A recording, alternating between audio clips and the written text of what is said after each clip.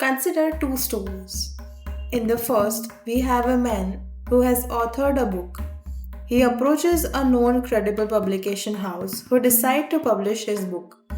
Once the copies roll out, the publishers send the book to a well-known bookstore.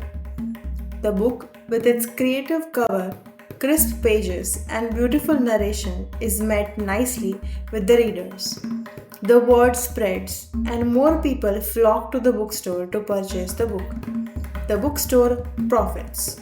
Upon seeing its growth, the rival bookstores contact the publishers and wish for copies of the same book to increase their profits too.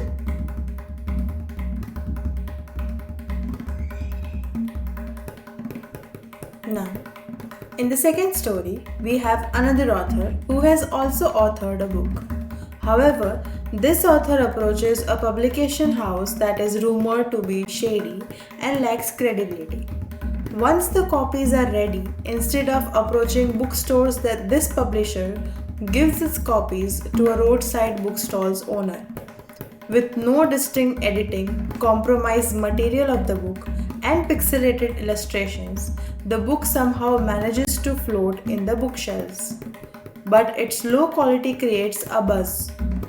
When the author is asked how the book is performing in the market, he openly lies, saying that he is after all an author of a published book. In reality, the poor quality of the book has barely reaped any profit for the author.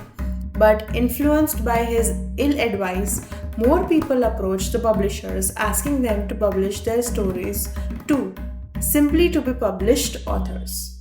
Now, both these stories can be reimagined in the field of scholarly publishing with the labels that you can see on your screen.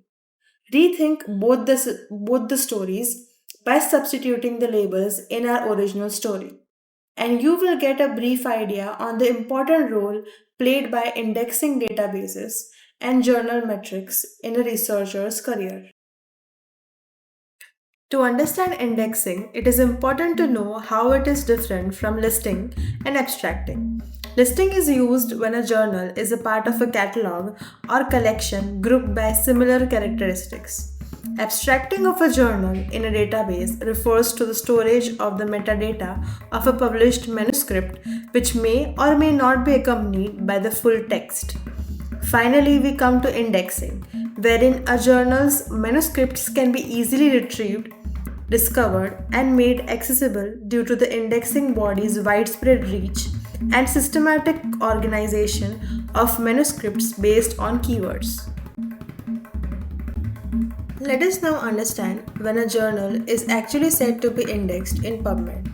First, know about the National Library of Medicine or NLM, which is home to several scholarly journals. Within it, we have Medline, a bibliographical database of biomedical journals. To access Medline, we have PubMed, which is essentially a search engine to browse these journals online. At the core of it all lies PubMed Central, a repository of all open access articles wherein the full text is always available. To know whether a journal is indexed in PubMed or not, one can search for the journal in the NLM catalog by using several filters as can be seen in the left. But here's the catch. Not every journal that shows up in the search results is a part of PubMed or Medline.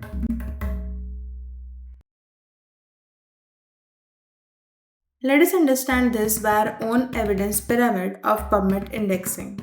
At the bottom lies NLM ID. In these examples, you can see that the journal's information includes all sorts of details like frequency, URLs, summaries, and other information. But nowhere will they mention that the journal is a part of PubMed, Medline, or PMC. Often questionable journals simply boast NLM serial and falsely claim to be indexed in PubMed on their website. Next, we come to selected citations only. These are articles of a journal wherein the authors deposit the article in PubMed Central, but only those manuscripts that are funded by the bodies recognized by the NIH are eligible for this recognition. Since these articles are deposited by the author, it is the manuscript that is indexed in PubMed and not the journal itself. Then there are journals which are indexed in PubMed and PMC but not in Medline. This means that the journal has an agreement with PubMed Central wherein the full text of all articles will be made available upon publication. The penultimate tier is being indexed in PubMed and Medline. A journal indexed in PubMed line means that it has been assessed thoroughly for its scientific rigor, the quality of publications, and its overall performance. However, this may not follow a gold, diamond, or platinum open access model, as a result of which its articles might not be stored in PubMed Central. Finally, at the end, we have journals that are listed in PMC, abstracted on PubMed, and indexed by Medline.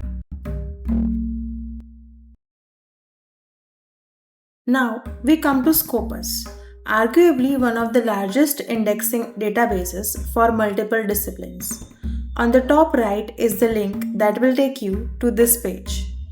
Scopus grades its journals into quartiles based on its own metric called the site score. To verify a journal's claims of being indexed in Scopus, search their name on this page. If available, check the years covered by Scopus and the rank and metric to know more about their status.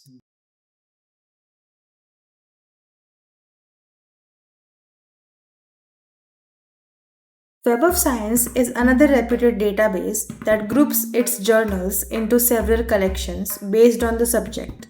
Like Scopus, a journal's presence on Web of Science can be verified by searching them on this database. If available, check the years covered by Web of Science and further information like the number of peer reviews verified by Web of Science for this journal.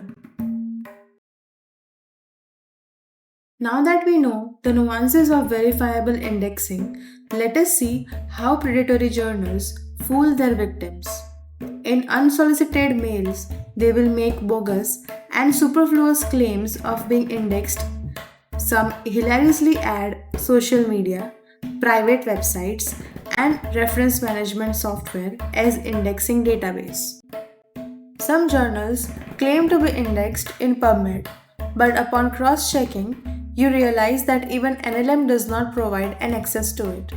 At times, editor of journals simply add reference of few published papers from their journals in the bibliography of their private profile on NLM. When viewers see this, due to lack of awareness and familiarity with NLM's interface, they feel the journal is indexed in PubMed. A similar fraud is seen on Web of Science, where a random user makes an author profile of the journal's name, which the author claims as being indexed on Web of Science. On Web of Science, also watch out for the on hold tag, which it puts up when they doubt the credibility of a journal indexed by them. Bogus indexing claims and gamed citation metrics often go hand in hand.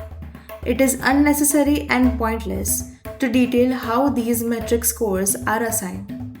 For example, check out how the SJIF operates, a metric used by most predatory journals. Not only do they have a loose criteria, but they have plans that publishers can choose to get a metric score.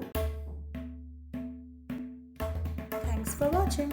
If you found this interesting, like and share it with your friends. Leave us a feedback in the comment section and subscribe to our channel. Stay tuned.